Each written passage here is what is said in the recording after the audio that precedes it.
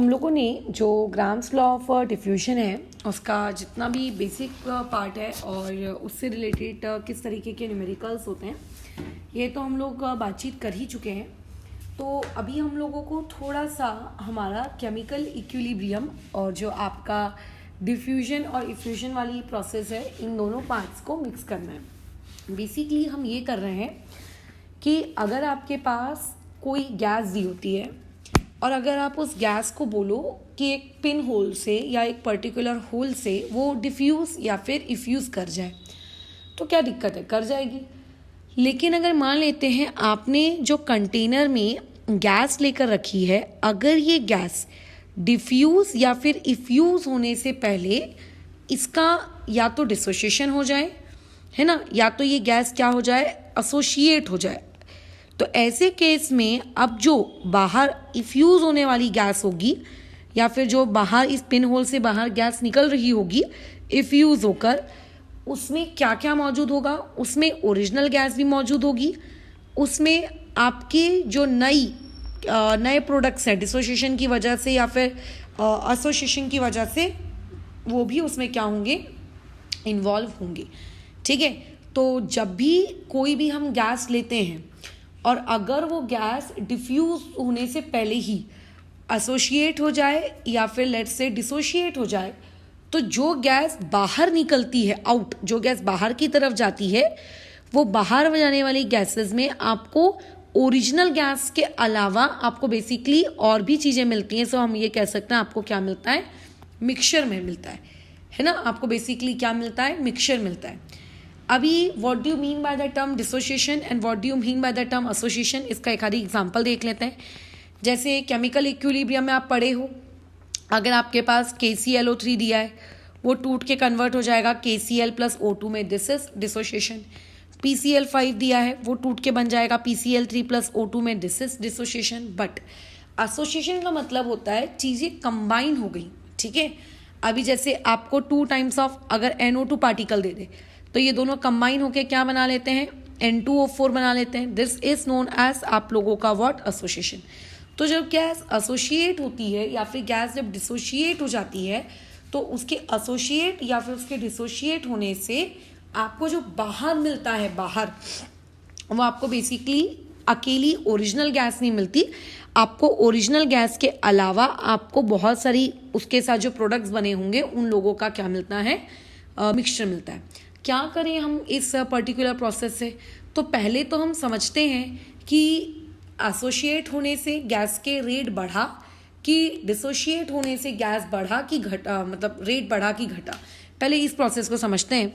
तो पहले आ जाओ तुम इस टॉपिक पे, यानी कि डिसोसिएशन। ठीक है, अच्छा, अब अगर तुम डिसोसिएशन के पास आते हो तो डिसोसिएशन में कोई भी एक रैंडम सा एग्जाम्पल ले लो। हम लोगों का फेवरेट एग्जाम्पल वही PCl5 वाला है ना।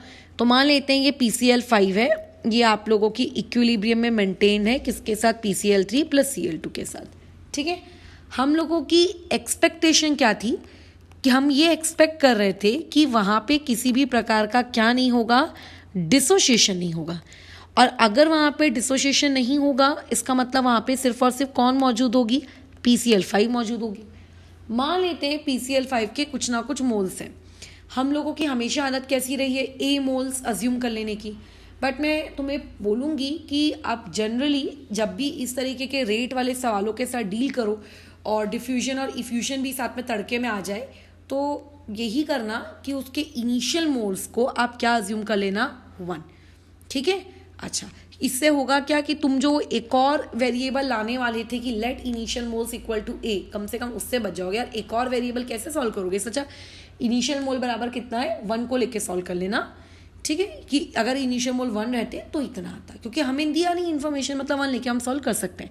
तो हमें ऐसा लग रहा था कि अगर किसी भी प्रकार का डिसोसिएशन या एसोसिएशन नहीं हुआ होता तो सिर्फ वहाँ पे PCl5 होती, है ना। और जो इनिशियल मोल्स होते किसके बताओ, PCl5 के, वो कितने होते, मान के चलते हैं हमने ले लिए कितने, 1।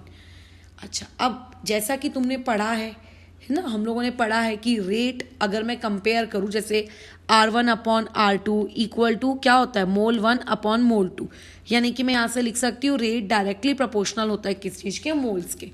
ऐसा होता, लेकिन अभी रियलिटी क्या है?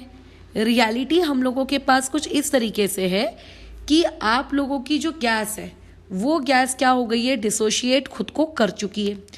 अब डिसोशिएट करने से आपको सबसे पहले तो ये जज करना है कि आपके मोल्स पे, मतलब टोटल मोल्स पे कितना फर्क पड़ा है ना, आपके टोटल मोल्स पे कितना फर्क पड़ा। ऐसे केस में हम देखो कैसे काम करेंगे। अगर आपकी गैस डिसोशिएट हो गई, इसका मतलब PCl5 इक्विलिब्रियम में होगा PCl3 प्लस Cl2 के साथ। अगर मैं इक्विलिब्रियम की बात करूं, क्योंकि अगर डिसोशिएट हो गया इसका मतलब आपको इक्विलिब्रियम की ही बात करनी है, तो इक्विलिब्रियम पे ये 1 माइनस अल्फा होगा, ये अल्फा होगा, ये अल्फा होगा। ये मैं कैसे लिख रही हूँ तुम्हें समझ में आ रहा है ना, केमिकल इक्विलिब्रियम पढ़े हो तो अब कोई तुमसे ये पूछेगा कि अब बताओ टोटल मोल्स कितने, यहाँ पे ये नहीं लिखना चाहिए PCl5, क्योंकि टोटल वहाँ पे सिर्फ PCl5 की वजह से ही होगा, बट यहाँ पे टोटल तीनों की वजह से होगा। PCl5 की वजह से भी होगा, PCl3 की वजह से भी होगा, Cl2 की वजह से भी होगा। सो बेसिकली आप लोगों के पास टोटल नंबर ऑफ पार्टिकल्स कितने आ गए? आपके पास टोटल नंबर ऑफ पार्टिकल्स कितने आ रहे हैं? अभी 1 प्लस अल्फा आ रहे हैं। मतलब पहले आपके पास क्या था, टोटल नंबर ऑफ पार्टिकल्स आपके पास कितने थे? टोटल नंबर ऑफ पार्टिकल्स आपके पास कितने थे? टोटल नंबर ऑफ पार्टिकल्स आपके पास कितने थे? 1। और अब आपके पास कितना हो गया है बताओ? आप लोगों के पास अब कितना हो गया है? आप लोगों का टोटल नंबर ऑफ पार्टिकल्स 1 से ज़्यादा हो गए। यानी कि मैं ये लिख सकती हूँ कि मोल्स, जब हम लोग बात करें मोल्स की डिसोसिएशन हो जाने के बाद, तो डिसोसिएशन हो जाने के बाद के जो मोल्स होते हैं वो ग्रेटर होते हैं किस चीज़ के रिस्पेक्ट में? जब आप लोगों का डिसोसिएशन नहीं हुआ था। और हमने अभी अभी ऊपर क्या देखा कि रेट का और आपके मोल्स का कैसा रिलेशनशिप चलता है? डायरेक्ट। यानी कि अगर मोल्स की क्वांटिटी आप बढ़ाओगे तो रेट भी बढ़ेगा, घटाओगे तो रेट भी घटेगा। तो इससे हमें ये समझ में आ रहा है कि अच्छा डिसोसिएशन होने पे तो नंबर ऑफ मोल्स बढ़ गए, तो अगर नंबर ऑफ मोल्स बढ़ गए इसका मतलब रेट भी आप लोगों का क्या हो गया होगा? इंक्रीज हो गया होगा। यानी कि अगर कोई गैस डिसोशिएट हो जाती है, ठीक है, तो वो डिसोशिएट होने वाली गैस क्या बना लेगी? कुछ ना कुछ मिक्सचर तैयार कर लेगी। जैसे अभी मैं कहूँगी कि जो गैस बाहर जा रही है कंटेनर से, उसके पास क्या सिर्फ PCl5 होगा? क्या नहीं, उसके पास PCl3 भी होगा, उसके बाद Cl2 भी होगा, उसके बाद तीनों चीज़ें होंगी, बल्कि मिक्सचर कहूँ तो वो जो मिक्सचर का रेट होगा, वो मिक्सचर का रेट क्या होगा? ज़्यादा होगा एज कम्पेयर टू जब आप क्या ले रहे होते? प्योर क्या ले रहे होते? PCl5 ले रहे होते। तो जब भी डिसोसिएशन होता है तो डिसोसिएशन होने से जो गैस बाहर जा रही है ना, मिक्सचर वाली गैस जो बाहर जा रही है, उसका रेट हमेशा उसकी ओरिजिनल गैस, अगर मिक्सचर मतलब जब डिसोसिएशन नहीं हुआ होता उस कंडीशन के रिस्पेक्ट में हमेशा कैसा रहता है? ज़्यादा रहता है। ये एक बहुत ही इम्पॉर्टेंट रिजल्ट है जो तुम्हें डायरेक्टली पूछा जा सकता है, which of the following statement is correct. अगर मुझको ये क्वेश्चन फ्रेम करना होता तो देखो मैं कैसे फ्रेम करती।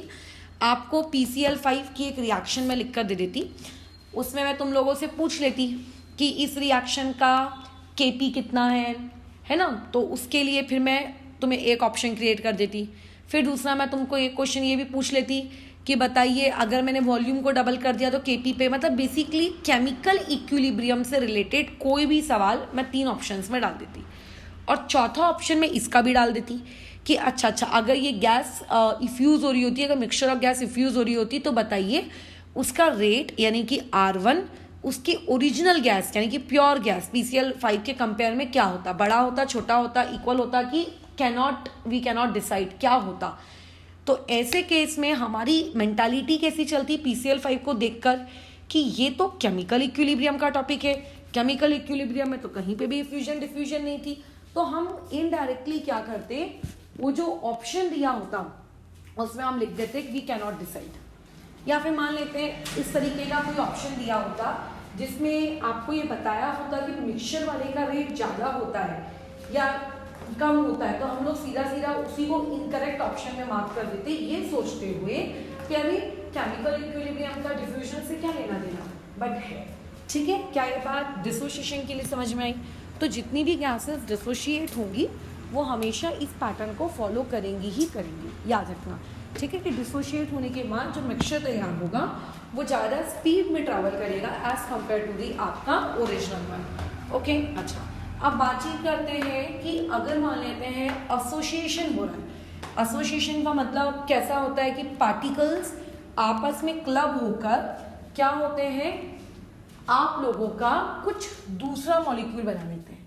ठीक है, जैसे कि तुम लोग आगे जो चैप्टर पढ़ोगे सॉल्यूशन एंड कोलैगेटिव प्रॉपर्टीज, उसमें तुम ये पढ़ोगे कि आपका जो एसिटिक एसिड है वो भी एसोसिएट हो जाता है ना, due to hydrogen bonding. But फिलहाल अभी बातचीत गैसेस की चल रही है, तो एसिटिक एसिड को मैं यहाँ नहीं लेती हूँ। यहाँ पे हम लोगों ने उठा लिया आपका टॉपिक, अगर गैस एसोसिएट हो रही होती तब मुझे बताइए क्या नियम होता। सिंपल, अब मैं इतनी सारी कैलकुलेशंस करके नहीं दिखाऊंगी, जल्दी जल्दी अपन इसको करते हैं। आपके पास मान लो 2 टाइम्स ऑफ NO2 है ना, ये इक्विलिब्रियम में है N2O4 के साथ, तो साफ साफ दिख रहा है कि एसोसिएशन का एक एग्जाम्पल है, क्योंकि 2 NO2 मिलकर एक N2O4 बना रही हैं। तो जैसा कि मैंने तुम्हें हमेशा बताया, केमिकल इक्विलिब्रियम में हमेशा ना इसको 1 कर लिया करो, ज़िंदगी काफ़ी हद तक आसान हो जाती है। ठीक है, नहीं करना चाहते तो भी चलेगा, बट कर लो तो बेटर रहेगा। तो मैं तो देखो कर लेती हूँ। ये हो गया आप लोगों का N2O4 अपॉन में बोलो कितना 2। अब मान लेते हैं हम 2 केसेस बनाते हैं। सबसे पहला केस हम कब का बनाते हैं, जब किसी भी प्रकार का कोई भी एसोसिएशन नहीं हुआ होगा। अगर मैं ये अज्यूम करके चलूँ कि किसी भी प्रकार का कोई भी एसोसिएशन नहीं हुआ है, तो NO2 के आपने जितने भी इनिशियल मोल्स लेट किए होंगे वही बेसिकली टोटल मोल्स के बराबर भी होंगे, क्योंकि NO2 के अलावा तो अभी और कुछ है ही नहीं, क्योंकि एसोसिएशन या किसी भी प्रकार का कोई दूसरा फिनोमेना तो वहाँ हुआ नहीं है। तो मान लेते हैं हमने इनिशियल मोल 1 मान के चले और टोटल मोल्स भी आपके पास कितने हैं 1। लेकिन अगर मान लेते हैं आपकी ये पर्टिकुलर गैस क्या करती है, एसोसिएट हो जाती है, एसोसिएशन करती है, तो एसोसिएशन करने से देखो क्या फ़र्क पड़ता है, बताओ। एसोसिएशन करने से ये फ़र्क पड़ जाएगा कि अगर आपको रिएक्शन दी हुई है NO2 जो कि इक्विलिब्रियम में है N2O4 अपॉन में 2, तो मान लेते हैं इसके इनिशियल मोल्स कितने थे 1, उसमें से अल्फा चला जाएगा और यहाँ पे क्या बनेगा अल्फा बाई 2। कोई तुमसे पूछेगा कि अब आपके पास टोटल मोल्स कितने हैं, तो अब तुम क्या जवाब दोगे कि अब हमारे पास टोटल मोल्स हैं 1 प्लस अल्फा बाई 2। कैसे निकाला मैंने टोटल, इन दोनों को ऐड किया है। ठीक है, अच्छा sorry 1 minus alpha by 2 not plus. ठीक है, क्या किया, उन दोनों को ऐड किया है 1 माइनस अल्फा बाई 2। अब तुम खुद बताओ कि एसोसिएट जब गैस हो गई तो उसके एसोसिएट होने की वजह से जो टोटल मोल्स हैं, अगर मैं इन दोनों को कंपेयर करूं, अगर इन दोनों के बीच में मैं कंपैरिजन करूं, तो अब एसोसिएट होने के बाद जो टोटल मोल्स हैं वो बिना एसोसिएट हुए वाले टोटल मोल्स के कंपेयर में कैसे है, कम है कि ज़्यादा है, कम है। क्योंकि वहाँ पे आप देखो ना माइनस वाला फैक्टर दिख रहा है, मतलब 1 में से कुछ माइनस हो गया, राइट। ओके, तो यहाँ पे अपन लिख लेंगे कि मोल्स, जो टोटल मोल्स हैं एसोसिएशन वाले, जब एसोसिएशन हो जाता है वो वाले कैसे होते हैं, कम होते हैं as compare to total moles जब किसी भी प्रकार का कोई भी एसोसिएशन हुआ नहीं रहता है। इसका मतलब एसोसिएशन की वजह से नंबर ऑफ पार्टिकल्स कम हो जाते हैं। वैसे भी ये लॉजिकल है, देखो अगर आपके पास 100 जूते हैं और आपको 2-2 के पेयर बनाने हैं, ठीक है, तो मतलब बेसिकली 100 आपके पास जूते पड़े हुए थे, आपको 2-2 का पेयर बनाना है, उस एक पेयर को आप कहोगे एक सेट, तो अब 50 ही हुए। मतलब इनडायरेक्टली एसोसिएट होने से पार्टिकल्स की संख्या तो वैसे भी कम हो जाती है। तो ये तो वैसे भी कॉमन सेंस वाली चीज़ थी, but still we prove it, है ना। तो एसोसिएशन होने से नंबर ऑफ पार्टिकल्स कम हो जाते हैं। इसीलिए ये बहुत इंपॉर्टेंट रिजल्ट है कि जो रेट होता है किसके, मिक्सचर का, एसोसिएट होने के बाद जो भी बनेगा मिक्सचर का, वो कम होता है एज कंपेयर टू जब आपके पास वो चीज़ किस फॉर्म में मौजूद होती है, प्योर फॉर्म में। ठीक है, तो कई बार तुम कई क्वेश्चंस को इसी इम्पॉर्टेंट रिजल्ट के सहारे ही क्रैक कर लोगे। ये इम्पॉर्टेंट रिजल्ट कैसा होगा, आपको मान लेते बोल देगा कि आपके पास एक गैस है A, जब वो प्योर फॉर्म में थी तो उसका रेट था X, वो डिसोशिएट हो गई तो अब जो मिक्सचर है उसका रेट है लेट्स से Y। तो आपको डायरेक्टली क्वेश्चन में पूछ लेगा what is the relationship between X and Y। जैसे कि मैं क्वेश्चन लिख देती हूँ, आपके पास मान लेते हैं एक प्योर गैस है, उसके लिए आपको वहाँ पे रेट की वैल्यू दी हुई है कितनी, आपके पास X। मान लेते हैं आपके पास में मिक्सचर ऑफ गैस है, और उसी गैस का जब वो डिसोसिएशन कर लिया उसने, ठीक है, ठीक है, क्या के लिए लिख दिया मैंने, डिसोसिएशन कर लिया, तो डिसोसिएशन के लिए मैंने मान लेते हैं रेट यहाँ पे लिख दिया कितना आप लोगों का y। अब पूछ लेगा कि ऑप्शन क्या है, कि x equals to y, b x greater than y, c x less than y, या फिर एक और ऑप्शन आ जाएगा let's say can not be decided या can not be predicted type का। तो ऐसे में फिर आप कैसे करोगे, हमें कुछ करने की ज़रूरत ही नहीं है, ये इंपॉर्टेंट रिजल्ट जो हमने डिराइव किया यही सब कुछ करता है। डिसोसिएशन होने पे मिक्सचर का जो रेट होता है वो ओरिजिनल यानी कि प्योर वाले के कंपेयर में कैसा होता है, ज़्यादा। तो सिंपल है, इसका सीधा सीधा जवाब आएगा सी। अब ज़रूरी नहीं है पेपर में x Y P Q R1 R2 ऐसे वर्ड्स इस्तेमाल किए जाएं। कई बार तुम लोगों को कंफ्यूज करने के लिए वो दे देता है कि प्योर गैस का रेट जो है वो 16 है, तो बताइए कि मिक्सचर ऑफ गैस का रेट कितना होगा, बस खत्म, इतना दे देगा। जैसे कि मान लेते हैं, मैंने एक और क्वेश्चन ऐसे फ्रेम कर लिया कि आप लोगों के पास में जो प्योर गैस थी जब वो डिसोशिएट नहीं हुई थी तब उसका मान लेते हैं आपको रेट बराबर दिया है 16, और अभी मान के चलते हैं आपकी वही गैस क्या हो गई, डिसोशिएट हो गई। तो डिसोशिएट होने की वजह से अब अच्छा क्वेश्चन को थोड़ा सा और घुमा फिरा देगा, बोलेगा 60% डिसोशिएट हुई। अरे भैया 60 हो, 6 हो कि 600 हो, डिसोशिएशन से पार्टिकल्स इंक्रीज तो होंगे ना, भले ही कम होंगे, ज़्यादा नहीं होंगे, बट इंक्रीज तो होंगे ना। तो तुम्हें कंफ्यूज करने के लिए वो ये दे सकता है कि 60% डिसोशिएट हुए। फिर आपको पूछेगा कि बताइए इसका रेट क्या है, और नीचे आपको दे देगा 4 ऑप्शन, और अगेन आप कंफ्यूज हो जाओगे कि अरे यार अब कैसे करें इसका। यहाँ दे देगा लेट्स से 16 दे देगा, एक ऑप्शन में दे देगा 6 दे देगा, मान लो एक ऑप्शन में आपको दे देगा 26 दे देगा, ऐसा दे देगा, और एक ऑप्शन वही दे देगा कैन नॉट बी प्रिडिक्टेड। फिर आप कैसे करोगे। तो ऐसे में हम लोगों में से आधे से ज़्यादा लोगों की हार्ट बीट तो इसीलिए तेज हो जाती है कि अरे यार यहाँ पे तो उसने कोई इन्फॉर्मेशन ही नहीं दी जिस इन्फॉर्मेशन के सहारे मैं कैलकुलेट कर सकूँ रेट। क्योंकि हमें ऐसा लगता है कि कोई भी सवाल अगर पूछा जा रहा है तो बिना कैलकुलेशन के डायरेक्ट आंसर थोड़ी ना दे सकते हैं हम, कैलकुलेशन करना है तो मस्ट है, बट नहीं, कॉमन सेंस लगाना मस्ट है। तो डिसोसिएशन में हम अच्छे से जानते हैं कि जो भी रेट होगा मिक्सचर का उससे ज़्यादा होगा। तो एक ही ऑप्शन दिख रहा है जिसमें वो ज़्यादा है, तो अब वो जो भी होगा उसमें मार्क कर दो।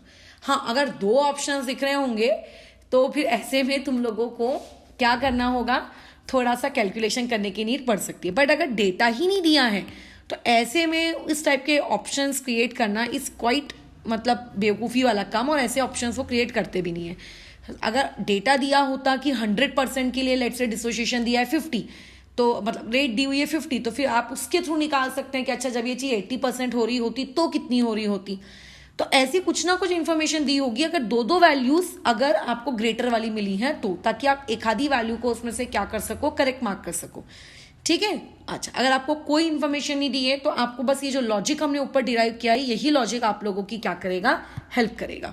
देन अच्छा, अभी एक और सबसे इंपॉर्टेंट चीज़ है, वेरी इंपॉर्टेंट पार्ट, बल्कि इसको मार्क करके रखो, इससे रिलेटेड तो डायरेक्ट सवाल पूछे जा सकते हैं। डायरेक्ट मतलब एकदम ही डायरेक्ट, ठीक है। अच्छा, इसके लिए भी हम लोग बातचीत करते हैं। क्या है सबसे पहला पॉइंट जो आपको पता होना चाहिए कि मोल्स का और मोलर मास का आपस में कैसा रिलेशनशिप चलता है, इनवर्स। ये तो तुम मानते हो, क्योंकि moles equal to weight by molar weight होता है, तो ऑब्वियस है कि इनवर्स रिलेशनशिप होगा, है ना। अच्छा, अब मैं पॉइंट नंबर 2 में बातचीत कर रही हूँ किस फिनोमेना की, मैं बातचीत कर रही हूँ एसोसिएशन नामक एक फिनोमेना की।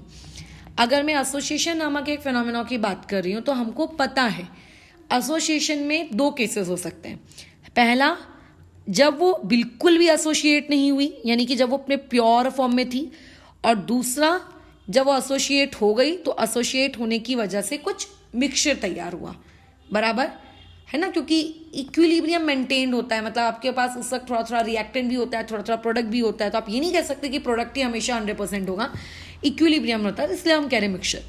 सिमिलरली अगर मैं डिसोसिएशन की बात करूँ तो डिसोसिएशन को भी हम लोग कितनी कैटेगरीज में क्लासीफाई कर लेते हैं, 2। कैसे कर रहे हैं, जब हम लोग मान के चल रहे हैं कि हमारी गैस बिल्कुल भी डिसोशिएट नहीं हुई, वो प्योर फॉर्म में है, और दूसरा हम ये केस मान के चल रहे हैं कि जब वो डिसोशिएट हो गई और हम लोगों को एक मिक्सचर मिला, ठीक है। अच्छा, तो अगर कोई गैस आपके पास प्योर फॉर्म में है, जैसे अभी ऊपर वाले अगर मैं एग्जाम्पल की बात करूँ तो ऊपर वाले एग्जाम्पल में आपके पास कौन है बोलो, ऊपर वाले एग्जाम्पल में आप लोगों के पास बताओ कौन है। ऊपर वाले एग्जाम्पल में एसोसिएशन का एग्जाम्पल हमने लिया है N2O4 NO2 प्योर वाला।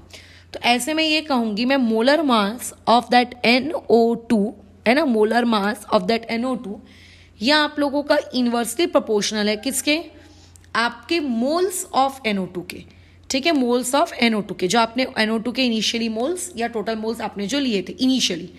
फिर क्या होता है, एक इक्विलिब्रियम मेंटेन हो जाता है, इक्विलिब्रियम पे आपके पास मिक्सचर होता है। तो ऐसे में ये कहना कि इक्विलिब्रियम पर मोलर मास सिर्फ NO2 की वजह से होगा, ये गलत है। सिर्फ N2O4 की वजह से होगा, ये भी गलत है। इक्विलिब्रियम पे मोलर मास मिक्सचर वाला कहलाता है, मिक्सचर, क्योंकि बहुत सारी चीजें हैं ना, और ये भी इन्वर्सली प्रोपोर्शनल होगा किसके, मोल्स के, टोटल मोल्स के। लेकिन कौन से वाले टोटल मोल्स, मिक्सचर वाले टोटल मोल्स। अब मुझे बताओ इन दोनों का रेशियो ले लो। अगर तुमने इन दोनों का रेशियो ले लिया तो यहाँ से क्या आया, molar mass of NO2। NO2 क्यों ले रहे हैं, क्योंकि प्योर में तो NO2 ही थी ना। जब हम ये मान के चल रहे हैं कि किसी भी प्रकार का कोई भी क्या नहीं हुआ होगा, आपका डिसोसिएशन या एसोसिएशन नहीं हुआ होगा। अपॉन में क्या आ जाएगा बताओ, मोलर मास किस चीज का, मिक्सचर का, है ना, इक्वल टू क्या आ जाएगा बताओ, टोटल, ऊपर में न्यूमरेटर में क्या आ जाएगा, टोटल मोल्स कौन से वाले, मिक्सचर वाले। मिक्सचर वाले यानी कि बेसिकली वो कौन से वाले पूछता है, इक्विलिब्रियम वाले टोटल मोल्स पूछता है। और अपॉन में कितना आ जाएगा, मोल्स, टोटल मोल्स किसके, NO2 के, जो इनिशियली लिए गए थे, इनिशियली जो टोटल मोल्स थे, ठीक है, इनिशियली जो टोटल मोल्स थे। अब बताओ क्वेश्चन में तो मैंने तुम लोगों को पहले ही कहा था कि हम लोग टोटल मोल्स को हमेशा सिंप्लिसिटी के लिए स्टार्टिंग में कितना लेकर चलिए, इनिशियली 1। तो ये तो 1 क्रिएट हो गया। तो तुम्हें नहीं लगता कि यहाँ पे तुम्हारे पास ये वाली चीज तुम लोगों को ऑलरेडी पता होती है, क्या नहीं पता होगा? अगर कोई तुमसे ये पूछेगा कि NO2 का मॉलिक्यूलर मास कितना है, क्या नहीं बता पाओगे? बता लोगे ना, 14 + 32 आ जाएगा ना मॉलिक्यूलर मास, खत्म। तो इनडायरेक्टली आपको अगर किसी ने ये पूछा कि मॉलिक्यूलर मास मिक्सचर का क्या है, तो ये वाली चीज की तो आपको टेंशन लेने की जरूरत नहीं है। क्यों टेंशन लेने की जरूरत नहीं है? क्योंकि ये ऑलरेडी हम लोगों को पता होती है। 1 ये हम लोगों को पता होता है, मोलर मास ऑफ NO2 या फिर जो भी आप गैस ले रहे हो, आपको बस ये देखना होता है कि मिक्सचर का मोलर मास कितना आएगा। हाँ, अब आपको ये पता होना चाहिए कि इक्विलिब्रियम पे टोटल मोल्स कितने हैं, बस खत्म। ये आपका एक्सप्रेशन होता है मोलर मास किसका निकालने का, मिक्सचर का निकालने का। अब इस एक्सप्रेशन को मैं अलग अलग इक्वेशंस के वाया तुम्हें समझाने की कोशिश करती हूँ। जैसे कि मान के चलो आपके पास Cl2O7 ये एक गैस है, ये डिसोशिएट होकर बना रही है Cl2 प्लस आप लोगों का 7/2O2, ठीक है। अब तुम्हें मुझे एक्सप्रेशन डिराइव करके बताना है कि मोलर मास ऑफ मिक्सचर उसका एक्सप्रेशन क्या होगा। तो तुम सिंपली क्या कहो कि मोलर मास किसका, इनिशियली जो लिया गया था, इनिशियली क्या लिया गया था, Cl2O7 अपॉन में क्या है, मोलर मास किसका, मिक्सचर वाले का, इक्वल टू इक्विलिब्रियम पे आपके पास टोटल मोल्स कितने हैं। तो इक्विलिब्रियम के टोटल मोल्स लिखने के लिए तो मुझे वो एक्सप्रेशन लिखना पड़ेगा। मान लो इसके मोल्स T = 0 पे 1 है, तो इसके 0 है, इसके 0 है। फिर जब हम लोग इक्विलिब्रियम पे पहुंच गए, इसमें से अल्फा चला गया, इसमें से अल्फा बन गया, इसमें से 7/2 अल्फा बन गया, है ना। तो if somebody would ask you कि what are the total moles, then you will say 1 + 7/2 times of alpha are the total moles at equilibrium, right? तो यानी कि मैं इक्वल टू में यहाँ पे क्या लिख सकती हूँ, 1 + 3.5 अल्फा अपॉन में क्या लिखते हैं, टोटल मोल्स जो हमने इनिशियली लिए हैं, यानी कि T = 0 पे, तो वो तो कितना मान के चल रहे हैं हम, 1। अब क्वेश्चन में अगर 1 नहीं दिया है, लेट्स से क्वेश्चन वाला बोल रहा है कि मैं इनिशियली 5 मोल लूंगा, तो फिर एक्सप्रेशन उसके अकॉर्डिंग चेंज हो जाएगा। बट क्योंकि यहाँ पे टोटल मोल्स हम लोग 1 लेके चल रहे हैं इसीलिए, ठीक है। अच्छा, क्या तुम्हें Cl2O7 का मॉलिक्यूलर मास पता है? क्लोरीन का कितना होता है, 71, ऑक्सीजन का कितना होता है, 16, और 16 और 7 आपका मल्टीप्लीकेशन आप कर लो, कितना हो जाएगा, 16 7 7 6 42 और 7 8 9 10 11 112, यानी कि 3 8 1 183। तो यहाँ से आंसर क्या आ जाएगा, 183 अपॉन में मोलर मास किसका, उस मिक्सचर का, इक्वल टू 1 + 3.5 अल्फा। अब देखो इस पर्टिकुलर एक्सप्रेशन से तुम्हें कुछ भी पूछा जा सकता है। अल्फा के लिए कोई ना कोई हिंट दे देगा, जैसे 80% गैस डिसोशिएट हुई। अगर गैस 80% डिसोशिएट हो रही है तो अल्फा कितना है, 0.8 है ना। हम लोगों ने अल्फा में केमिकल इक्विलिब्रियम में काम किया है, आयोनिक इक्विलिब्रियम में काम किया है, तो अल्फा के साथ तुम्हारा कंफर्टनेस का जो जोन है ना वो अच्छा खासा होना चाहिए, ठीक है। तो अब हो सकता है वहां से मोलर मास ऑफ मिक्सचर पूछ ले, या हो सकता है मोलर मास ऑफ मिक्सचर तुमको दे दे और वहां से तुमको क्या दे पूछ ले, अल्फा तुमको निकालने को पूछ ले, कुछ भी हो सकता है। तो इस तरीके से आपको एक्सप्रेशन बनाते आने चाहिए, ठीक है। ऊपर वाला तो एक्सप्रेशन NO2 के लिए मैं बना के ऑलरेडी तुमको दे चुकी हूँ, इसको लगे तो मैं सिंप्लीफाई करके बता देती हूँ। बताओ NO2 का मॉलिक्यूलर मास कितना होता है, 14 + 32 यानी कि 36 है ना, 14 प्लस नहीं 46 अपॉन में बोलो क्या आ जाएगा, मोलर मास किसका, मिक्सचर का। फिलहाल इनिशियली तो टोटल मोल हम 1 ले रहे हैं, अगर टोटल मोल 1 ले रहे हैं तो उसके अकॉर्डिंग इक्विलिब्रियम पे टोटल मोल्स NO2 वाले केस के लिए कितने आते हैं, देखो हमने कैलकुलेशन की थी 1 - α/2 आते हैं, है ना। तो यहाँ न्यूमरेटर में क्या आ जाएगा, 1 - α/2 आ जाएगा। ये इस तरीके से काम, बराबर, ये इस तरीके से काम। तो क्या ये चीज़ कर लोगे, बिल्कुल हम कर लेंगे, है ना। अच्छा, अभी जैसे मान लेते हैं एक और केस ले लेते हैं, आपके पास 3O2 है, ये कन्वर्ट हो रहा है 2 टाइम्स ऑफ ओजोन में। अब इसमें तुम्हें बताना है कि एक्सप्रेशन क्या होगा, तो मैं हमेशा तुम्हें यही सजेस्ट करूंगी कि आप पहले सामने की स्टोक्योमेट्री क्या कर लो, 1 बना लो। सो 2/3 टाइम्स ऑफ O3। मान लेते हैं कि t = 0 पे ये 1 था और ये 0 थे। जब आपके पास t = क्या आएगा, इक्विलिब्रियम आएगा, तो ये हो जाएगा 1 माइनस, बोलो कितना, ये हो जाएगा 1 - अल्फा, है ना। और ये कितना हो जाएगा आपका 2/3 times of alpha. Total moles at equilibrium क्या होंगे, 1 - alpha plus 2/3 times of alpha. तो यानी कि ये कितना आ जाएगा, 1 - α/3, यानी कि आपके पास टोटल मोल्स कम हो रहे हैं, ठीक है। समझ में आ रहा है, टोटल मोल्स क्या हो रहे हैं, कम हो रहे हैं, ठीक है। तो इसका मतलब बेसिकली एसोसिएशन वाला केस है, बट हमारा क्या जाता है, बट ओरिजिनली कौन था, ओरिजिनली तो हमने रिएक्टेंट में O2 का रखा था। तो O2 का मॉलिक्यूलर मास बताइए कितना होता है, 32 अपॉन में जो भी मिक्सचर है उस मिक्सचर का मॉलिक्यूलर मास, है ना, इक्वल टू में यहाँ क्या आएगा, आपके इक्विलिब्रियम पे जितने मोल्स हैं डिवाइड बाय ओरिजिनल आपने जितने लिए हैं। बस इस एक्सप्रेशन में हो सकता है अल्फा दे दे, मोलर मास पूछ ले, या मोलर मास और मिक्सचर दे दे, अल्फा तुमसे पूछ ले, तो कुछ भी कॉम्बिनेशन यहाँ से बन सकता है। तो जब आपके पास गैस एसोसिएट हो रही है या फिर जब आपके पास गैस डिसोशिएट हो रही है तो ऐसे, और जब आपको रेट वगैरह से बातचीत कर रहे हो तो आप क्या ये चीज़ कैलकुलेट कर लोगे, बिल्कुल कर लेंगे। अच्छा, इससे एक चीज़ और हम लोग है उस पर भी बातचीत कर लेते हैं। देखो, जब गैसेस एसोसिएट होती हैं तो एसोसिएशन के दौरान उनका जो रेट होता है वो कम हो जाता है as compare to pure form. और ऑलरेडी हम लोग ग्राम्स लॉ ऑफ डिफ्यूजन में ये चीज़ पढ़ चुके हैं कि रेट का और मॉलिक्यूलर मास का आपस में कैसा रिलेशनशिप होता है, इनवर्स। यानी कि एसोसिएशन के केस में यदि मिक्सचर का रेट क्या हो रहा है, कम हो रहा है, तो ज़रूर एसोसिएशन के केस में जो मिक्सचर है उसका मोलर मास क्या हो रहा होगा, कम हो रहा होगा as compare to the molar mass of what, आप लोगों के प्योर फॉर्म। बराबर है, समझ में आ रहा है, क्योंकि रेट और मोलर मास का कैसा रिलेशनशिप चलता है, इनवर्स में ना। ज़रूरी नहीं है मोलर मास के लिए पूछा जाए, चीज़ें आपको किसके लिए पूछी जा सकती हैं, आप लोगों को डेंसिटी के लिए भी पूछी जा सकती हैं, आपको वेपर डेंसिटी के लिए भी पूछी जा सकती हैं, राइट। मतलब basically grams law of diffusion के किसी भी टर्म से आप इसको रिलेट कर सकते हो। अगर आपको रेट के बारे में पता है तो रेट से रिलेटेड जितने भी टर्म्स हैं आप उनको किसी भी चीज़ से रिलेट कर सकते हो। और अगर पार्टिकल्स आपस में डिसोशिएट हो रहे होंगे तो मिक्सचर का रेट बढ़ जाता है, तो ऑब्वियस है कि मिक्सचर का मॉलिक्यूलर मास ऑब्वियसली ऑटोमेटिकली क्या हो गया होगा, उसके प्योर वाले मोलर मास के कंपेयर में क्या हो गया होगा, कम हो चुका होगा, ठीक है।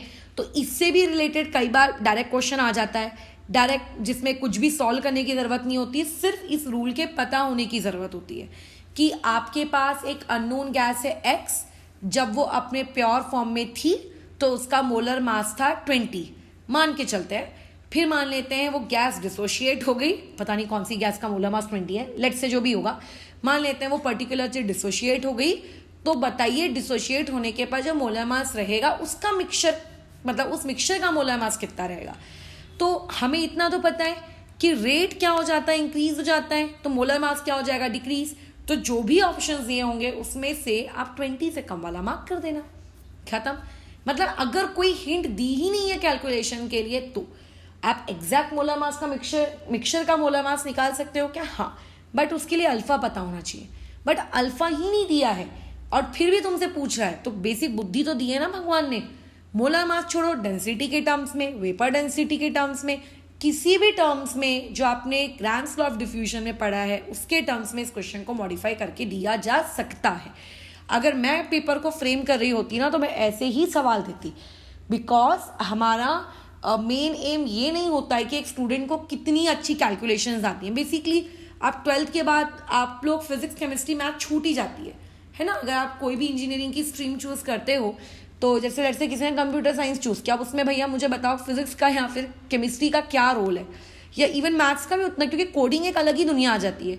तो आपने 12th तक अपना जो टाइम इन्वेस्ट किया वो टाइम इन्वेस्टमेंट इसलिए नहीं किया कि आपको कैलकुलेशन सीखनी थी। आपको ये पेपर इवन ऐसा बनना चाहिए कि उसमें कैलकुलेशन का मिनिमम रोल रहे, कॉमन सेंस का मैक्सिमम रोल रहे, कि पढ़े हुए कॉन्सेप्ट्स को डायरेक्टली या कम कैलकुलेशंस के साथ अप्लाई किया जा सकता है क्या। कुछ न्यूमेरिकल्स हम कैसे करते हैं जिनमें बहुत लंबी लंबी कैलकुलेशंस होती हैं, ऐसे न्यूमेरिकल तो वैसे भी नहीं पूछे जाते। हार्डली कभी पूरे 30 या 20 सवालों में कोई एक आधी डाल दिया तो डाल दिया, अदरवाइज ऐसे ही सवालों को पूछा जाने की प्रोबेबिलिटी हाई रहती है। ठीक है, अच्छा, तो ऑलरेडी सारी बातचीत हो चुकी है। अब एक या दो छोटे छोटे न्यूमेरिकल्स देखते हैं, फिर इस टॉपिक को ओवर करते हैं। फिर हमको इसी फ्यूजन और डिफ्यूजन में और 2 सब टॉपिक्स पढ़ने है ना। अब देखो क्या है, आप लोगों को क्या बोला है कि आपके पास rate of effusion of ethane gas, मतलब आपके पास क्या है, हमारे पास हम लोगों की प्यारी इथेन गैस है, ठीक है, इज 1.9 टाइम्स, ठीक है, the rate of effusion of partially decomposed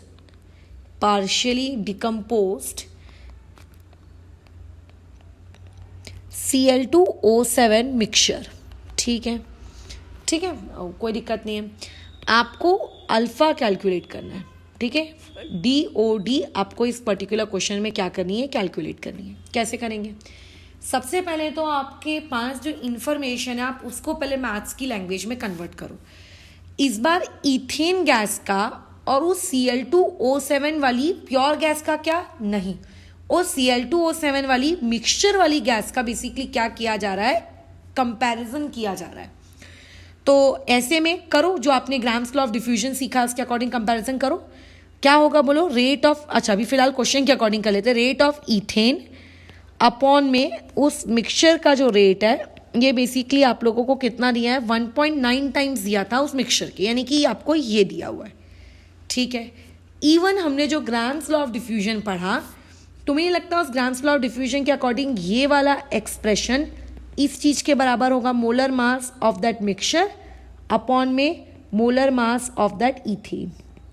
I don't think किसी को इस चीज को लिखने में या समझने में दिक्कत हुई है ना। ये हम लोगों ने ग्राम्स लॉ ऑफ डिफ्यूजन का कंसेप्ट लगाया, ठीक है। अब आपको बेसिकली फाइंड क्या करना है, DOD यानी कि अल्फा। कैसे निकालूं मैं DOD यानी कि अल्फा, बताओ। कोई दिक्कत नहीं है, DOD अल्फा निकालने के इस टाइप में बहुत ही सिंपल सा लॉजिक होता है। आप मोलर मास का एक्सप्रेशन लिख डालो। क्या तुमको अभी मैंने मोलर मास का एक्सप्रेशन लिखना सिखाया? बताओ क्या होता है जो प्योर वाला होता है। अब यहाँ पे प्योर कौन है, तो देखो उसने क्या बोला है, पार्शियली डिकम्पोज्ड Cl2O7, मतलब Cl2O7 डिसोशिएट हो रही है, मतलब प्योर भी Cl2O7 ही रही होगी। तो Cl2O7 का जितना भी मोलर मास होता है, अभी हम लोगों ने ऊपर निकाला था 183 है ना, तो ये हो जाएगा आपका मोलर, मैं लिख लेती हूँ एक्सप्रेशन पहले, मोलर मास आपके उस प्योर वाले की अपॉन में मोलर मास किसका, आपके मिक्सचर का, इक्वल टू इक्विलिब्रियम पर टोटल मोल्स कितने हैं, अपॉन में इनिशियली टोटल मोल्स कितने थे, तो इनिशियली तो हम 1 मान के चलते हैं, और इक्विलिब्रियम पे कितने हैं, अभी देखो हमने ऊपर एक्सप्रेशन निकाले थे, इक्विलिब्रियम पे कितना होता है 1 + 7/2 अल्फा। ये ऊपर क्योंकि निकाला हुआ था इसीलिए मैं इसको यहाँ पे डायरेक्टली यूज कर रही हूँ। अदरवाइज तुम लोग अगर कोई ऐसी गैस दे दी होती जो हमने अभी ऊपर नहीं निकाली तो तुम उसका निकाल सकते हो बेसिक केमिकल इक्विलिब्रियम का इस्तेमाल करके। तो प्योर कौन है, Cl2O7 कितना है 183। यहाँ से अगर मैं अपॉन में इसको ले आऊँ 1 + 3.5 अल्फा को, तो यहाँ से मुझे मोलर मास ऑफ मिक्सचर की क्या मिल गई, वैल्यू मिल गई, है ना। क्या करूँ इस मोलर मास ऑफ मिक्सचर को, इस वैल्यू को लाकर आप यहाँ पुट कर दो। अगर आप यहाँ पुट कर दोगे तो आपके पास क्या है expression, rate of ethane by rate of mixture आपको कितना दिया है 1.9, 1.9 इक्वल्स टू अंडर रूट में क्या आ जाएगा, मोलर मास ऑफ मिक्सचर जो कि कितना है 183 अपॉन में 1 + 3.5 टाइम्स ऑफ अल्फा, और यहाँ क्या रखना है आपको न्यूमरेटर में, सॉरी डिनोमिनेटर में ईथेन का मॉलिक्यूलर मास मतलब C2H6, तो कार्बन का कितना हो गया 24, 24 और 6 यानी कि 30। बस इसकी कैलकुलेशन करनी है और आंसर तुम्हारे पास में आ जाएगा।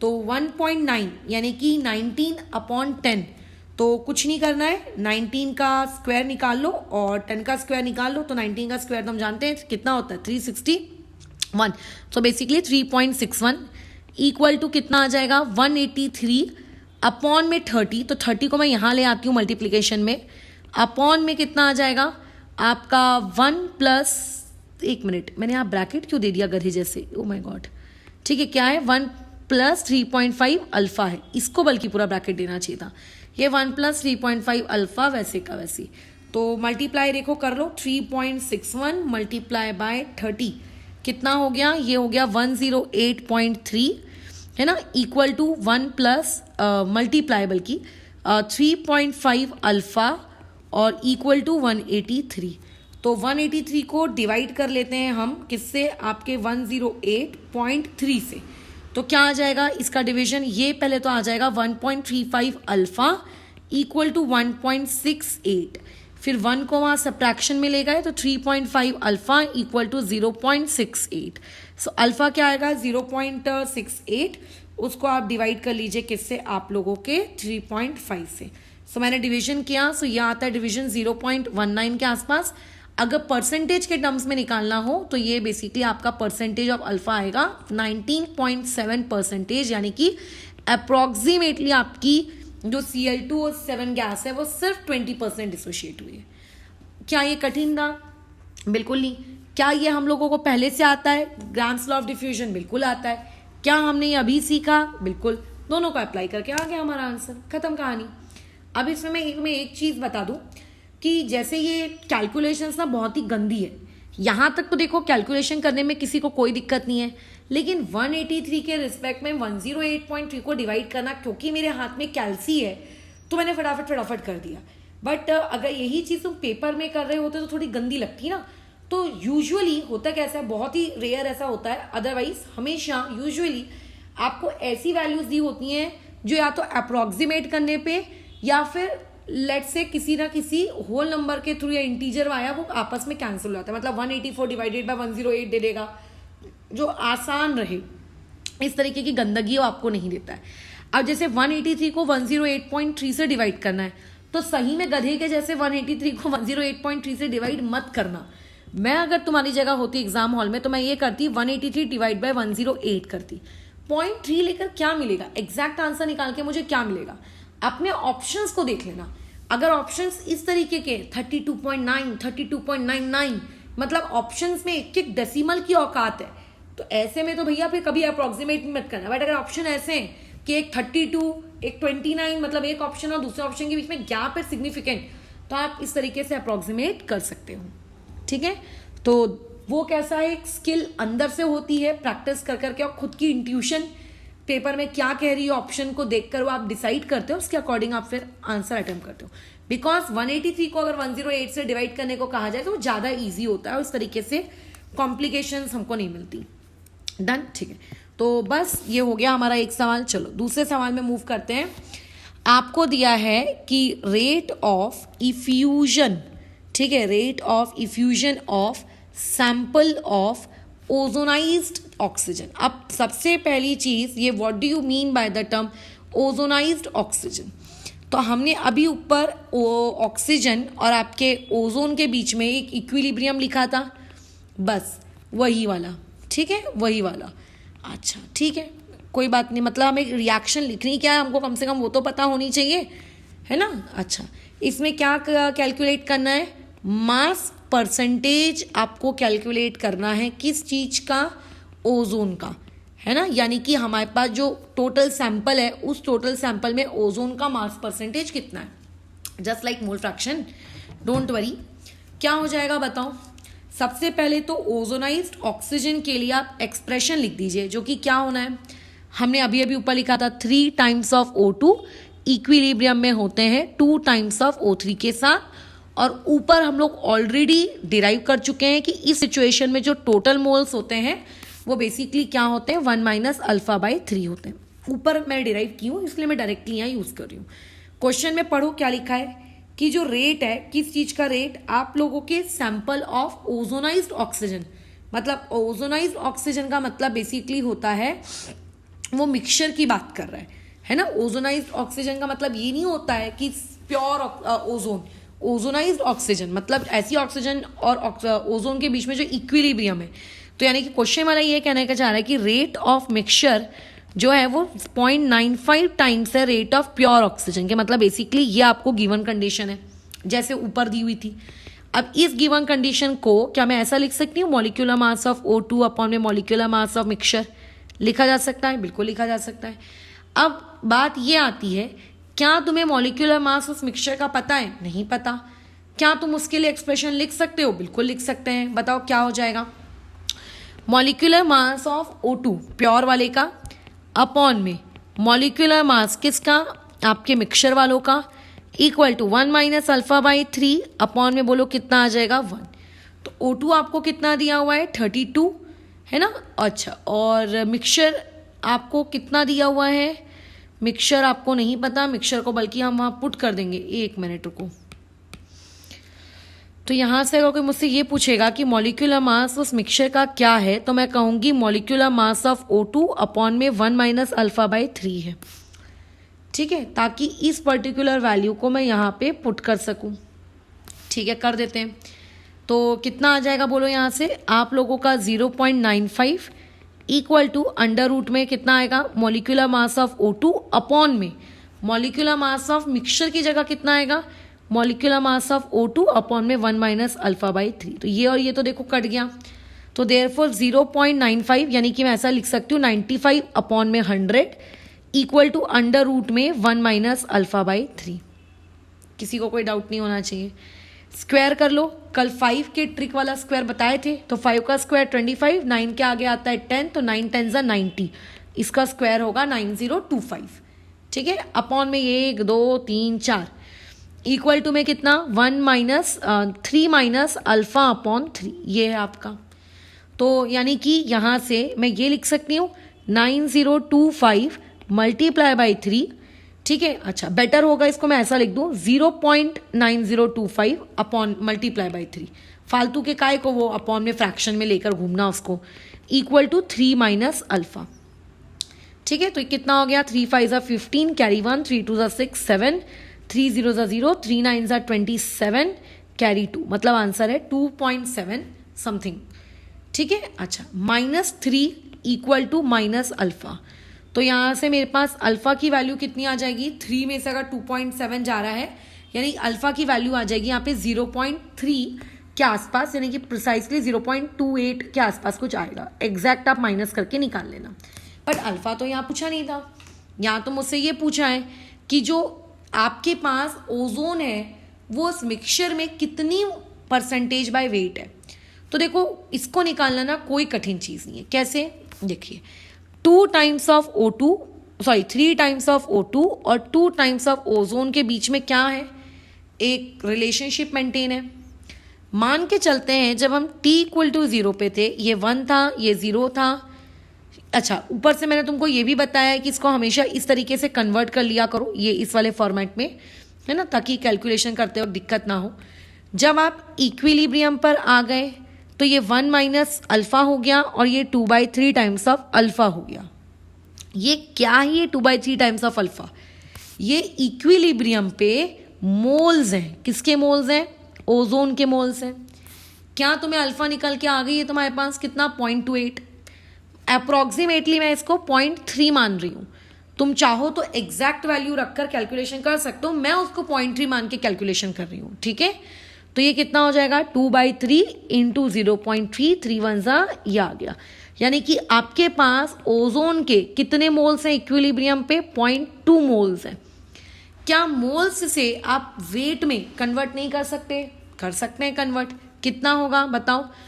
16 मल्टीप्लाई बाय 3, मतलब मॉलिक्यूलर मास ओजोन का होता कितना है? 48 होता है ना, ठीक है। तो इस हिसाब से जो वेट ऑफ ओजोन आपके पास आ जाएगा इक्विलिब्रियम पे, वो कितना आ जाएगा? 9.6 ग्राम। यानी कि मेरे पास जो मेरी जो ओजोन है वो बेचारी सिर्फ, एक मिनट कुछ गलत हो गया आई थिंक मेरे से, 16 1 16, 16 2 32, 16 3 48, ये तो बराबर है। 48 को किससे मल्टीप्लाई कर रहे हैं हम? 0.2 से। 2/3 टाइम्स ऑफ अल्फा, ये भी ठीक है। अल्फा, एक मिनट, 48 इंटू 2 9.6 होता है, बिल्कुल होता है, तो ये भी गलत नहीं है, ठीक है। और उसके बाद नहीं नहीं नहीं नहीं नहीं नहीं ये जला जा रहा, एक मिनट रुको, इसको 0.28 लेकर एक बार करने दो। 0.28 लेकर कितना आ रहा है? बहुत कम आ रहा है क्योंकि, तो 2/3 इंटू में 0.28, तो ये हो जाता है 56। तो 0.56 डिवाइडेड बाय कितना आपका? 3, ठीक है। तो ये हो जाएगा आपका 0.1866, ये आ गया इतना, है ना। अच्छा, और अभी मेरा कितना आ रहा था? जब मैंने उसको 0.2 लिया था तो 0.2 आ गया था, और उसको मल्टीप्लाई किए थे 48 से। तो मोल्स आए हैं, ये मोल्स आए हैं, तो मोल्स को मल्टीप्लाई कर लेते हैं 48 से ताकि वेट आ जाए। तो इस पर्टिकुलर क्वांटिटी को 48 से मल्टीप्लाई करने पर आ रहा है 8.96, और यहाँ 0.2 को जब मैंने मल्टीप्लाई किया था 48 से, तब मेरा कितना आ रहा था? तब मेरा आ रहा था आपका ठीक था, वो 9.6 आ रहा था, ठीक है, एक का वेरिएशन था, ठीक है ठीक है। अच्छा, 8.96 ये मेरे पास ओजोन का वेट आया है, बट क्वेश्चन में वेट नहीं बोला है, क्वेश्चन में उसने क्या बोला है? परसेंटेज वेट बोला है, ठीक है, कि परसेंटेज वेट आपके पास कितना है, आप ये बताओ, ठीक है। तो परसेंटेज वेट के लिए हमको तो पहले ये पता होना चाहिए कि हमारे पास टोटल वेट बेसिकली कितना था, है ना। तो हमारे पास ये पता होना चाहिए कि टोटल वेट कितना था। जो भी हमारे पास टोटल वेट दिया होगा उस टोटल वेट के रिस्पेक्ट में, तो अब टोटल वेट आप कैसे पता लगाओगे? तो देखो, इनिशियली हम लोगों ने O2 के कितने मोल्स लिए थे? 1 मोल लिए थे प्योर फॉर्म में। 1 मोल यानी कि कितना ग्राम? 32 ग्राम, बस। तो यही आपका बेसिकली क्या है? टोटल वेट है। वेट तो रिएक्शन में ऑब्वियस है ना, कंजर्व रहेगा, तो ये टोटल वेट है ना। अब तुम्हें मास परसेंटेज किसका पूछा है? ओजोन का। तो ओजोन का मास कितना आया? 8.96, अपॉन में टोटल वेट कितना? 32, मल्टीप्लाई बाय कर लो 100। तो 8.96 डिवाइड बाय 32, ये वाली चीज़ हो जाएगी 0.28, और मल्टीप्लाई बाय 100 यानी कि ये आ जाएगा आपका 28%। तो यानी कि ओजोन आपके पास मास परसेंटेज वाइज कितनी मौजूद है? 28 ग्राम मौजूद है, 28% मौजूद है। तो आई डोंट थिंक इतना कठिन सवाल था, ठीक था। एक जगह पता नहीं क्यों मैं रुक गई थी, मुझे लगा था इतना कम आंसर कैसे आ सकता है, इसलिए मैंने एक बार चेक किया। एक और देख लेते हैं, ये अच्छा है, अभी बाकी के 2 लोगों के कंपेयर में ये अच्छा है। Cl2 और जो आपका F2 है, इनको आपने मिक्स किया है किसमें? इन मोलर रेशियो। किस मोलर रेशियो में आप इसको मिक्स कर रहे हो? ऑफ 1:3, 1:3 के मोलर रेशियो में मिक्स करके आपने इनको भर दिया एक डब्बे में, ठीक है, और आपने इनको सील कर दिया। अच्छा, अब जब आप इनको सील करते हो तो सच दैट कि इसमें से क्या हो जाता है कि कुछ ClF3 प्रोड्यूस होता है, मतलब ClF3 क्या कर लेते हैं ये लोग? प्रोड्यूस करवा लेते हैं मिक्स होकर। अब ध्यान से सुनेंगे सवाल क्या है। सवाल में ये बोल रहा है कि द रेट ऑफ इफ्यूजन, अच्छा किसका इफ्यूजन? आपके मिक्सचर का, ठीक है, वॉज फाउंड टू बी या was 1.3 times slower. Please focus on the word slower. अभी तक कहीं भी तुमने ग्राहम डिफ्यूजन लॉ का जब सवाल किया तो सिर्फ 1 पॉइंट टाइम्स देता था, कभी स्लोअर वर्ड देता था क्या? वो नहीं देता था। तो ये ऐसा नहीं कि स्लोअर देने से क्वेश्चन के कंसेप्ट चेंज हो जाएंगे, थोड़ी सी मैथ्स में चेंजेस आपको लाने पड़ेंगे। मैं बता देती हूँ स्टूडेंट की मिस्टेक यहाँ पे कहाँ होती है, ठीक है। अच्छा, तो ये सवाल है, तुम लोगों को क्वेश्चन क्या पता लगाना है, मोल फ्रैक्शन। मैं लिख देती हूँ पूरा का पूरा क्वेश्चन क्या है। हाँ, आपको पता लगाना है किस चीज का, mole fraction of each component in mixture. यानी कि अगर आपके पास वो मिक्सचर है तो उस मिक्सचर में सबका मोल फ्रैक्शन कितना कितना होगा, ठीक है। देखो, सबसे पहले तो ध्यान से सुनते हैं। यहाँ पे आपको मिक्सचर का जो रेट ऑफ इफ्यूजन दिया है वो 1.3 टाइम्स स्लोअर दिया है। तो यहाँ पे मिस्टेक देखो क्या होती है। मिस्टेक एक स्टूडेंट से ये हो जाती है, कई बार मेरे से भी हुई है, कि हम लोग रेट ऑफ मिक्सचर क्या लिख देते हैं, 1.3 टाइम्स लिख देते हैं रेट ऑफ किसके, यहाँ पे किसके रिस्पेक्ट में बोला है, प्योर ऑक्सीजन के रिस्पेक्ट में, ठीक है, प्योर ऑक्सीजन के रिस्पेक्ट में बोल रहा है वो। तो ऐसे में ये चीज़ गलत है। ऐसे में तो मिक्सचर 1.3 टाइम्स ज़्यादा हो गया ना भैया, ज़्यादा नहीं है बल्कि वो स्लोअर है। तो अगर वो स्लोअर है तो इस चीज़ का जो करेक्ट फॉर्म है, वो करेक्ट फॉर्म कैसा होगा, वो करेक्ट फॉर्म आपका कुछ इस तरीके से होगा कि rate of mixture equal to rate of O2 divided by 1.3, ठीक है, ध्यान रखना।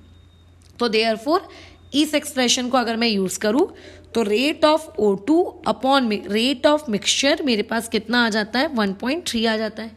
बस इस बड़ी सी लाइन का इतना ही उपयोग है। अब आपको रिएक्शन लिखनी है। तो क्या बोल रहा है कि Cl2 और F2 को एक कंटेनर में रखे थे, दोनों ने आपस में रिएक्शन कर ली और रिएक्शन करके दोनों क्या प्रोड्यूस कर लिए हैं, आप लोगों का ClF3 प्रोड्यूस कर लिए हैं। आप सबसे पहले रिएक्शन को बैलेंस करो। केमिकल इक्विलिब्रियम में बैलेंसिंग की बहुत महत्व होता है। तो ये हमने बैलेंस कर लिया।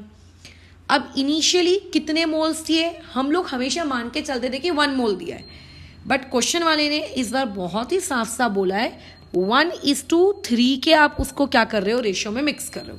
यानी कि Cl2 का अगर मैं मान के चलूँ 1 मोल है तो आप लोगों का फ्लोरीन का उसके रिस्पेक्ट में कितना मोल होगा, 3 मोल होगा। और ये उस वक्त कितना होगा, 0, क्योंकि हम बात कर रहे हैं T = 0 की। अगर इक्विलिब्रियम पे तुम्हारी गाड़ी पहुंच जाए तो इक्विलिब्रियम पे बोलो क्या होगा, ये होगा 1 माइनस अल्फा, ये होगा 3 माइनस 3 अल्फा, और यहाँ पे होगा कितना, 2 टाइम्स ऑफ अल्फा। तो टोटल मोल्स इक्विलिब्रियम पे आपके पास कितने आ जाएंगे, टोटल मोल्स इक्विलिब्रियम पे आपके पास कितने आ जाएंगे, 1 + 3 4 माइनस 4 अल्फा और प्लस में 2 अल्फा, ठीक है। यानी कि 4 माइनस में कितना आ जाएगा आप लोगों के पास, 2 अल्फा क्रिएट होकर आ गया। ये 4 माइनस 2 अल्फा, ये हमारे पास इक्विलिब्रियम के टोटल मोल्स आ गए। अब इस क्वेश्चन में मुझे क्या निकालना है, मोल फ्रैक्शन निकालना है किसका, हर एक मिक्सचर का। अच्छा, मोल फ्रैक्शन होता क्या है, अगर मैं पूछूं ये सब क्या है, तो ये बेसिकली मोल्स हैं, कहाँ के, इक्विलिब्रियम के। अगर मैं तुमसे ये पूछती हूँ कि मोल फ्रैक्शन इक्विलिब्रियम वाला क्या है, तो क्या तुम इक्विलिब्रियम वाला मोल फ्रैक्शन नहीं निकाल सकते, कैसे, 1 माइनस अल्फा अपॉन में 4 माइनस 2 अल्फा, लो ये आ गया। 3 माइनस 3 अल्फा अपॉन में 4 माइनस 2 अल्फा, लो आ गया, और ये आ गया। लेकिन इन सारी लोगों की न्यूमेरिकल वैल्यू निकालने के लिए बहुत ज़रूरी है कि मुझे क्या पता होना चाहिए, अल्फा पता होना चाहिए। अब मैं अल्फा कैसे निकाल के लाऊं, कोई दिक्कत नहीं, जैसा हम लोग अभी तक ऊपर निकालते आ रहे थे सिमिलरली। तो ये काम मैं नहीं कर रही हूँ, ये तुम्हारे लिए मैं छोड़ रही हूँ। अभी तक ऊपर के 2 क्वेश्चन में हमने क्या अल्फा नहीं निकाला, हम लोगों को इस तरीके से रेट का एक एक्सप्रेशन दिया होता था, फिर हम लोग मोलर मास का एक्सप्रेशन लिखते थे रेट के टर्म्स में, फिर मोलर मास का अल्फा के टर्म्स में लिखते थे, फिर वैल्यू पुट करके अल्फा निकालते थे, और फिर अल्फा जैसे ही आ जाएगा आप सबके क्या निकाल सकते हो, मोल फ्रैक्शन आसानी से निकाल सकते हो। खत्म हो गई ये कहानी। तो मैं बता देती हूँ यहाँ पे फाइनल आंसर क्या आता है। अल्फा की वैल्यू यहाँ पे जो मेरे पास आंसर है वो 0.289 है। थोड़ा बहुत अगर तुम अप्रॉक्सीमेशन करते हो तो चेंजेस आ सकते हैं, जिसमें Cl2 के मोल फ्रैक्शन वो ये कह रहा है कि निकल के आया है 0.207 बुक वाले के अकॉर्डिंग, मेरे अकॉर्डिंग नहीं। फ्लोरीन के कितना आया है, कितना है 0.623, और यहाँ पे ये कितना है आप लोगों का 0.17, ये ठीक है, कर लोगे, बस खत्म कहानी। कुछ भी नहीं है। लेकिन अब ध्यान से मेरे एक प्रवचन सुनना। अब यहाँ पे जो सबसे बड़ी कंफ्यूजन क्रिएट होती है वो क्रिएट होगी मॉलिक्यूलर मास निकालते वक्त। मैं हेल्प कर देती हूँ फालतू के, तुम क्योंकि पूछोगे नहीं और सवाल तुम लोगों का अनसॉल्व रह जाएगा, इससे बेटर है कि बता रहे हो, हेल्प करते हैं। बाकी कैलकुलेशन तुम खुद करना। हम लोग लिखते हैं न्यूमरेटर में मोलर मास प्योर वाले का, अपॉन में हम क्या लिखते हैं, मोलर मास उस मिक्सचर वाले का, इक्वल टू में हम क्या लिखते हैं, टोटल मोल्स इक्विलिब्रियम पे। तो फिलहाल यहाँ टोटल मोल्स इक्विलिब्रियम पे कितने हैं, 4 - 2 अल्फा, ये लिखते हैं हम 4 - 2 अल्फा। ठीक है, यही करते हैं। अब देखो सबसे बड़ी समस्या, द मोस्ट इंपॉर्टेंट समस्या, यहाँ पे आप क्या लिखोगे, द पॉइंट इज यहाँ पे आप क्या लिखोगे। अच्छा, और इनिशियल मोल आप 1 ही लेकर चलना। ठीक है, इनिशियल मोल आप यहाँ पे कितने लेके चलना, 1 ही लेके चलना। 1 क्यों, यहाँ पे तो 2 है ना, ये भी तो 1 है, ये भी तो 1 है, ये बेसिकली 1 ही है। देखो Cl अगर मैं देखूँ तो एक Cl2 के लिए 1 मोल और 3 F2 के लिए 3 मोल्स, तो बेसिकली एक F2 के लिए भी 1 ही मोल हुआ। टोटल करके 2 मत कर देना उसको, ठीक है, वो मत करना। अच्छा, अब यहाँ पे क्या ले, क्योंकि अभी तक ऐसा होता था या तो सिर्फ Cl2O7 होता था, है ना, प्योर में, या तो सिर्फ O2 होता था रिएक्टेंट साइड में। यहाँ तो बल्कि खुद पहले से रिएक्टेंट एक मिक्सचर है, यहाँ तो खुद रिएक्टेंट एक मिक्सचर है। तो ऐसे मिक्सचर वालों का ये भले ही प्योर है बट ये पहले से खुद भी एक मिक्सचर ही है। ठीक है, प्योर मतलब बेसिकली होता है रिएक्टेंट साइड। तो अब यहाँ पे हम इसका कैसे निकालें मोलर मास, तो हमें हिंट दिए क्वेश्चन में कि Cl2 और F2 1:3 रेशो में, और इसी चैप्टर के पुराने वीडियोस में तुमको ये बताया है कि 1:3 अगर आपको ऐसा दिया हो तो आप कैसा करोगे। एक आपके पास इसका मतलब क्लोरीन है, तो 1 क्लोरीन, और क्लोरीन का मॉलिक्यूलर मास 71, 3 फ्लोरीन है और 1 फ्लोरीन का मास आपका 19। तो ये इस तरीके से, और अपॉन में फिर ऐसा। अच्छा, अपॉन में इसको डिवाइड बाय कितना करेंगे, इसको डिवाइड बाय करने की तो ज़रूरत नहीं है, चलो ठीक है, ये इस तरीके से, ये ऐसा करना, डिवाइड बाय 4 क्यों, 1 + 3 वाला एडिशन भी तो आएगा। ठीक है, जो तुम्हें इसी वीडियो में सिखाया गया है भूतकाल में, पुरानी क्लास में, उस लॉजिक को थोड़ा सा फॉलो करें, बराबर, उस लॉजिक को फॉलो करोगे तो हो जाएगा। देख लेना क्या फॉर्मूला बताया था इस तरीके से मिक्सचर वाली चीज़ों का मोलर मास निकालने के लिए। ठीक है, अच्छा, अब तुम बोलोगे कि आप वही सेम लॉजिक यहाँ क्यों इस्तेमाल नहीं करते। यहाँ भी किया जा सकता है, अगर आपको कोई ये बता दे कि उस मिक्सचर में O2 कितनी है, उसमें ओजोन का प्रपोर्शन क्या है। अगर O2 और ओजोन का प्रपोर्शन बता दिया जाए तो ये सब तामझाम करने की ज़रूरत ही नहीं अल्फा के टर्म्स में, है ना, हमें पता नहीं है। अच्छा, और ऊपर से दिक्कत ये भी आती है कि अगर 100% डिसोशिएट हो रहा है कि कितना % डिसोशिएट हो रहा है। तो फिलहाल तो क्योंकि रिएक्टेंट है, और रिएक्टेंट यानी कि प्योर फॉर्म में अभी कोई डिसोशिएशन नहीं हुआ, तो 1:3 के रेशो को लेकर आप उसका मोलर मास निकालिएगा। नहीं आया आंसर तो बताना कि नहीं आ रहा है। अच्छा, अभी एक टॉपिक हम लोगों को और करना है कि अगर आप लोगों के पास मान लेते हैं बहुत सारे चैम्बर्स आपस में कनेक्टेड हैं, तो उन बहुत सारे आपस में कनेक्टेड चैम्बर्स के इसमें अगर डिफ्यूजन हो रही है तो उसको कैसे डील करेंगे। ठीक है, वो नेक्स्ट वाले वीडियो में देखते हैं।